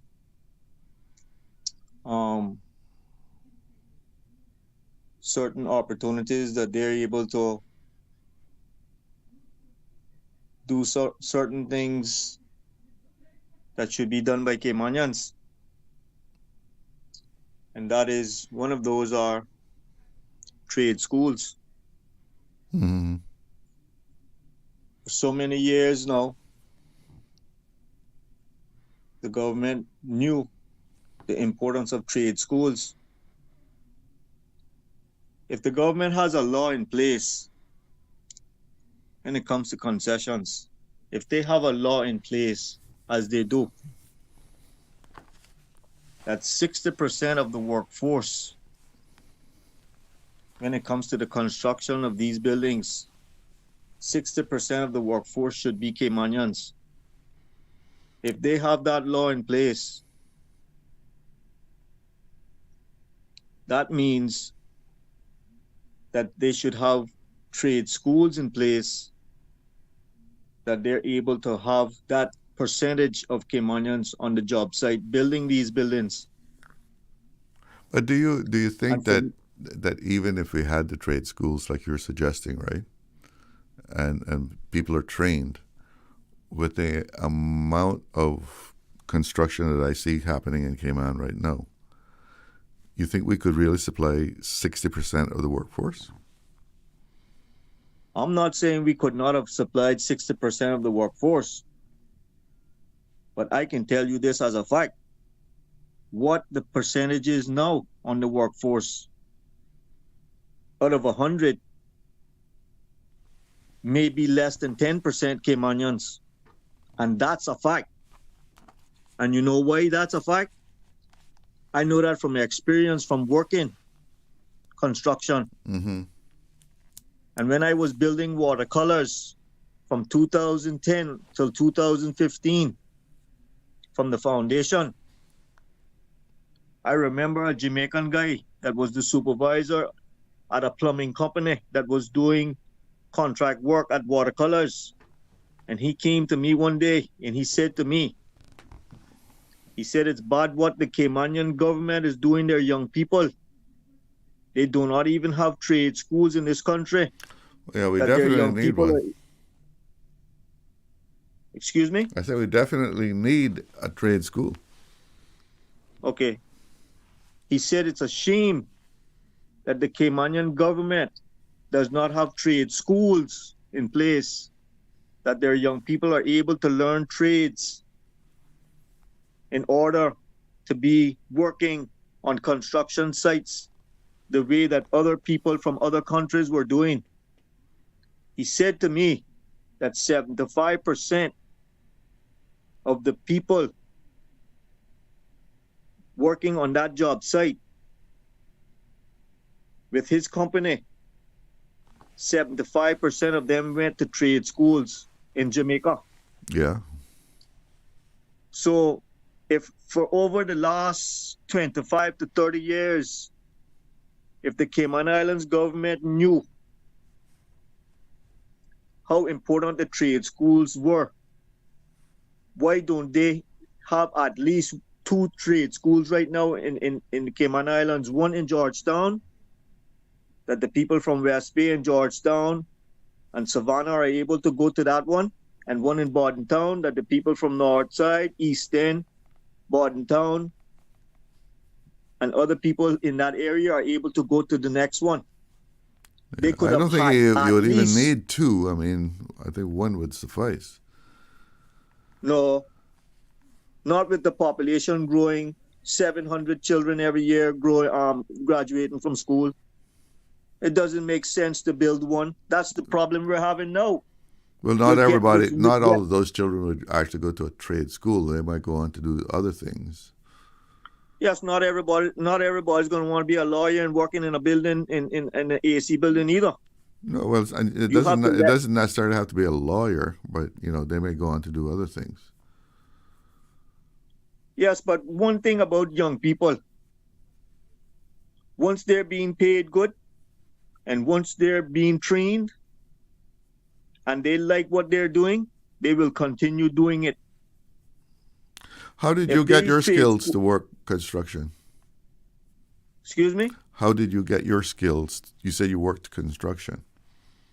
How did you acquire your skills? From experience.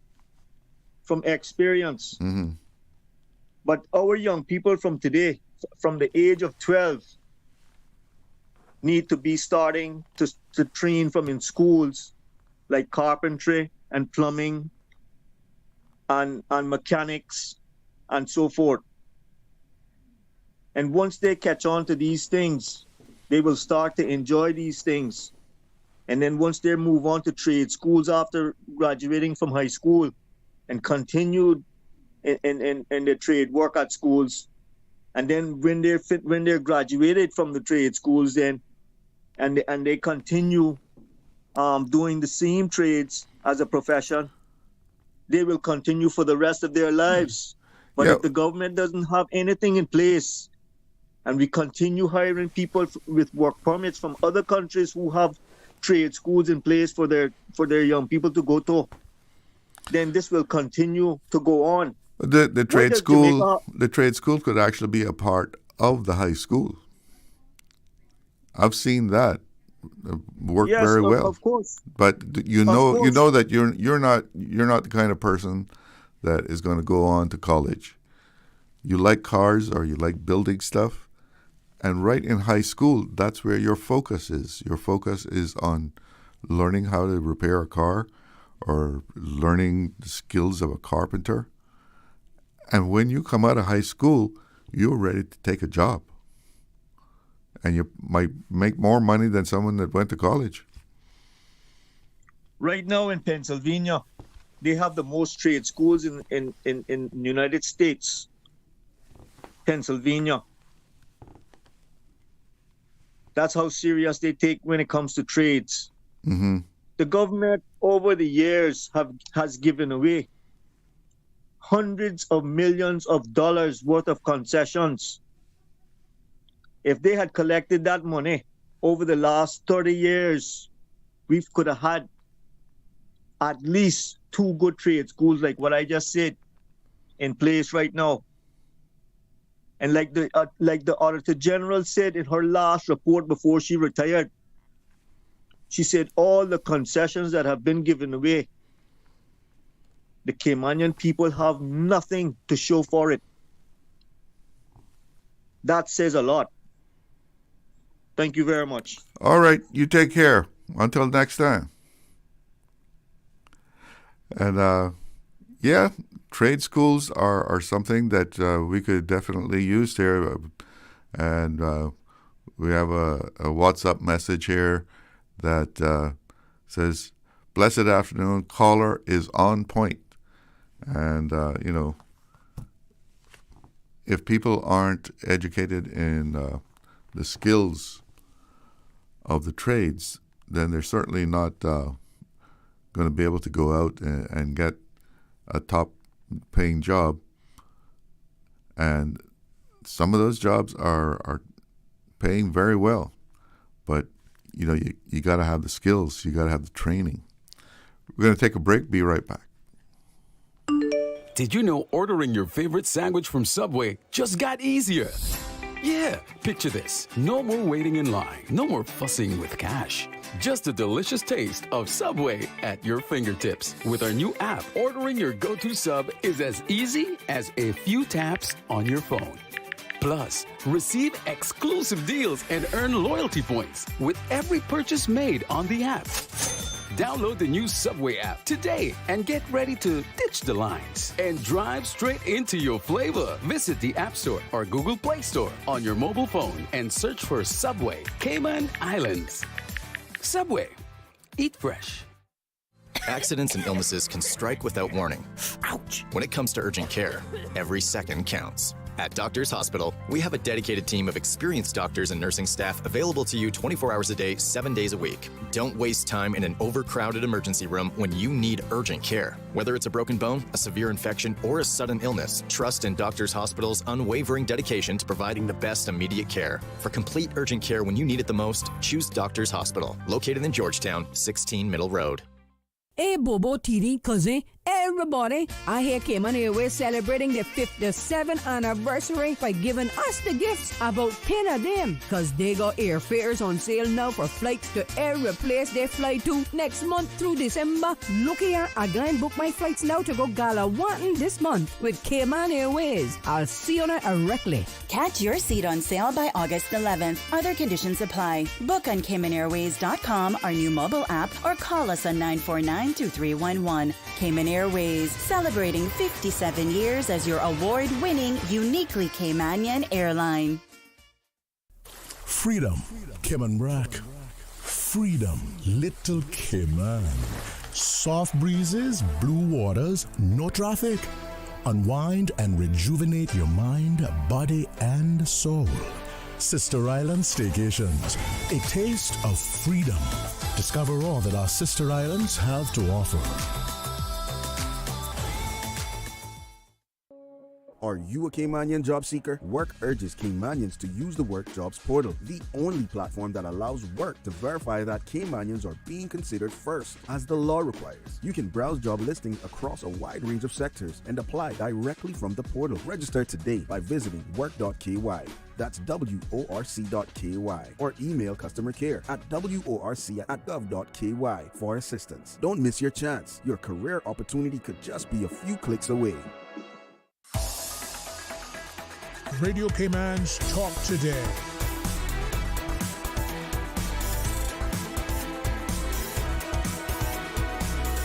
What is on your mind, Cayman? Welcome back to Talk Today. We have, I think, 3 callers on the line, so let's see if we can get them up and running before the show's over. Good afternoon. You're on the air. Good afternoon, Mr. Glidden. I trust you and everyone there at Radio Cayman are well. Just an observation from one of the talk shows this morning. I want to bring up about the churches in Cayman. Mm-hmm. Because I'm one that don't go to churches here because of the hypocritical style that is here. When you're considered gay in this country, which I am, I'm open, I don't bother anyone, but I have been in Cayman since 1988. And I have certain people that I know from then till now. And some of them are pastors in churches, okay? Uh-huh.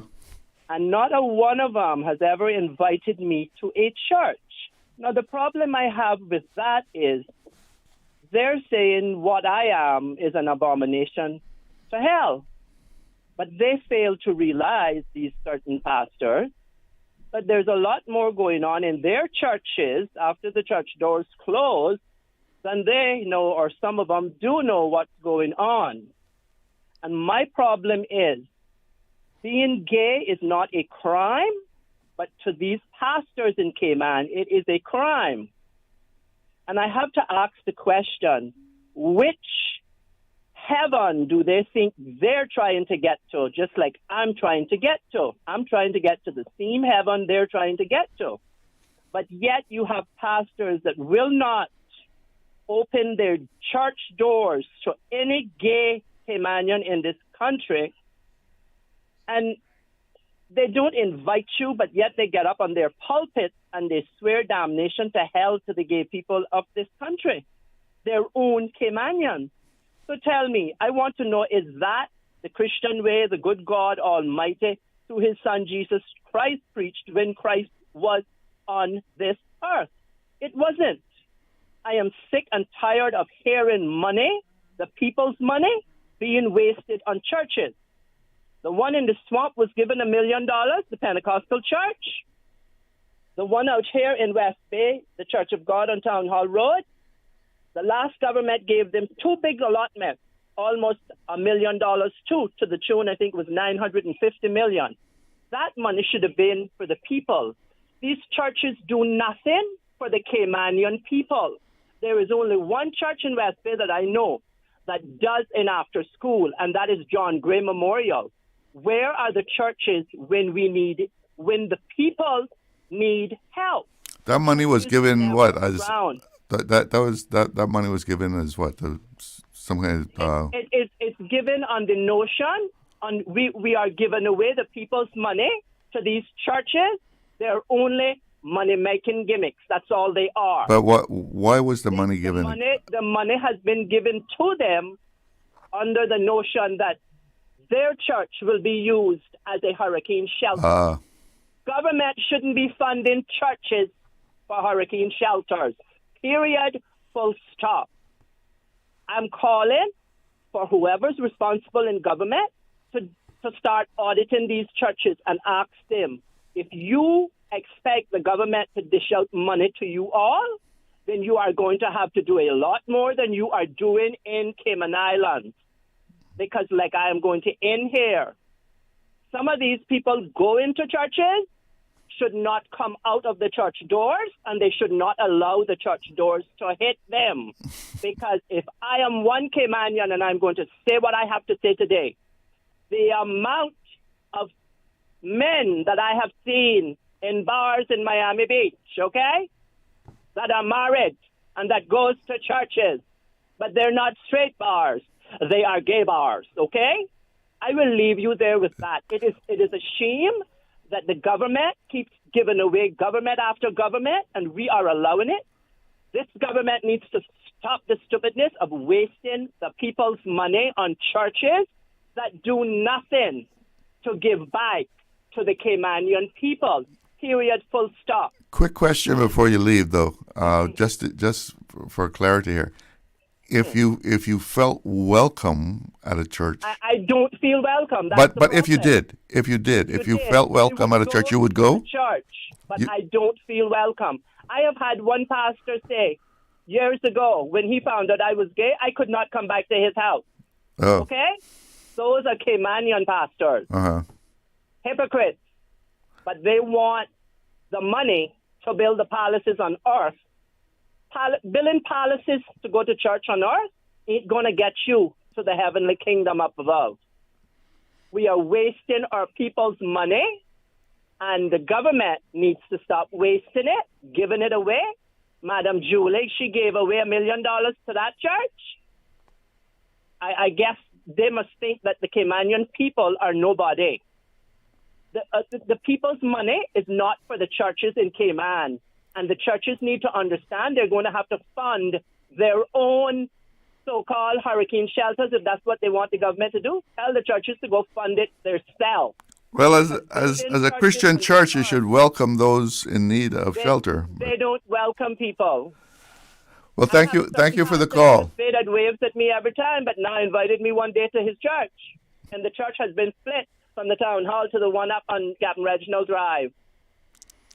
Thank you for the call. We have someone else on the line we need to get in. We're running out of time. Hello. Yes, good afternoon. You're on the air. Yes, sir. My name is Ren McConnell here. I'm going to keep this simple, and this is referring to the issue of non-employment or overemployment of foreigners, etc., etc. Mm-hmm. I think if you look at the problem, or I shouldn't say problem, I will call it the issue. We're in the Cayman Islands, so we're in a unique position, We have allowed, and I say we, collectively as a people, because it is democracy and it's free market and it's a very laissez-faire community in which we live in. Yeah, it was us that opened the gates. Right. So, and if one government closed it, then there's nothing to stop the next one from opening it. And at one time, so we had, when I went to high school, we had on the curriculum, I don't know if it's still there, but we had woodwork, we had auto mechanics, we had technical drawing, and these were up to O-level standard, which prepared you quite well because you did the mathematics, you did all that kind of stuff. This is a John Gray? Yeah. But you see, it is based on subscription. We're not a socialist country where they come and they say, okay, this is your strength. Or I should say a communist country that says, well, we're going to sponsor you to do this, but you are going to choose between this and not because this is what the country needs. Mm-hmm. So here we allow the children at 14 and 15 or whatever, 11 or 12. I think it was like we were like 14 or 15 when you make the decision what topics you're going to pursue. And so on the issue of trade schools, I mean, I love the idea and I can see the benefit of them, but they benefit more places like Cuba or Jamaica, where you have an abundance of people more than you have jobs. Now, Cayman is in a unique position in that we have allowed the outside investor to come in without any restrictions on what he can do. Those restrictions went out the door when Mr. Jim Biden took over and changed the paradigm. Prior to that, we had people inside there who said we had a 30-year plan, and it was based on demographics. It was based on the expertise available. It was land use, what we wanted to preserve, everything else. We put that out of the door because that was seen as plotting. That was seen as anti-development. So that went out the door. So in a nutshell, if you want to control all these other dynamics here, that is the influx of foreign workers and stuff, because they're only here because we have created jobs that we don't have people to fill. Either we don't have the actual number, mm-hmm. or we don't have people who are voluntarily subscribing for it. With the skills. Yeah. Now, I know a lot of my peers went to school and they did work and everything. I don't know none of them, sir, that came out and got into construction or got into auto mechanics. You see what I'm saying? Yeah. So you can have trade schools, especially those. Somebody said, I think it was you mentioned that we should attach them to the high school. That would be the only place I would put them, sir. Unless you could see that after you come out, there was this demand from the students that we are trying to employ for these jobs. They know the typical Cayman youth now don't want to go work on no hot sun, and he don't want to do no sweeping, and he don't want to do no serving, and he don't. So I don't. So what we're gonna be a trade school for to teach him how to serve or how to cook and that. Like you said, sir, I'm a guitar player. I'm self-taught. I'm also a mechanic. I'm self-taught simply because I had that interest. I'm also a technician. I went to Cable Wireless. I got all the full training there because I had an interest in it. I was also good at English and all those kind of things, but I didn't have no interest in going right for the compass or anything else like that. But yeah. If I did, I could have done. I can do so even from an O-level level because I also went on to do A-levels. And so if you have that kind of aptitude, then the field is open. I've never been without a job in the Cayman Islands. And this nonsense, because we got to stop this nonsense about there's foreigners here taking away Caymanian jobs. I ask everybody who are here with that nonsense, give me a list of these people who you say absolutely cannot get a job or does not have a job because there's a foreigner in his place. Now, if you're talking about situations where, like, you have a bank in town or you have these other financial institutions, like insurance and all that kind of thing, and all of them are private companies. So we don't have laws here, or that's not our approach. Like I said, we're not socialists, we're not communists. So we love those people. The only gate that we have is to put it in law, as it was in the days of Mr. Warren Conradose. Any project that is employing more than X amount of people and is costing more and so, and is using up land thing, has to go through EXCO. And EXCO then had a paradigm they were following, which said, no, we don't have a demand for that. We don't have the demographics for it. We don't have the skill set for it.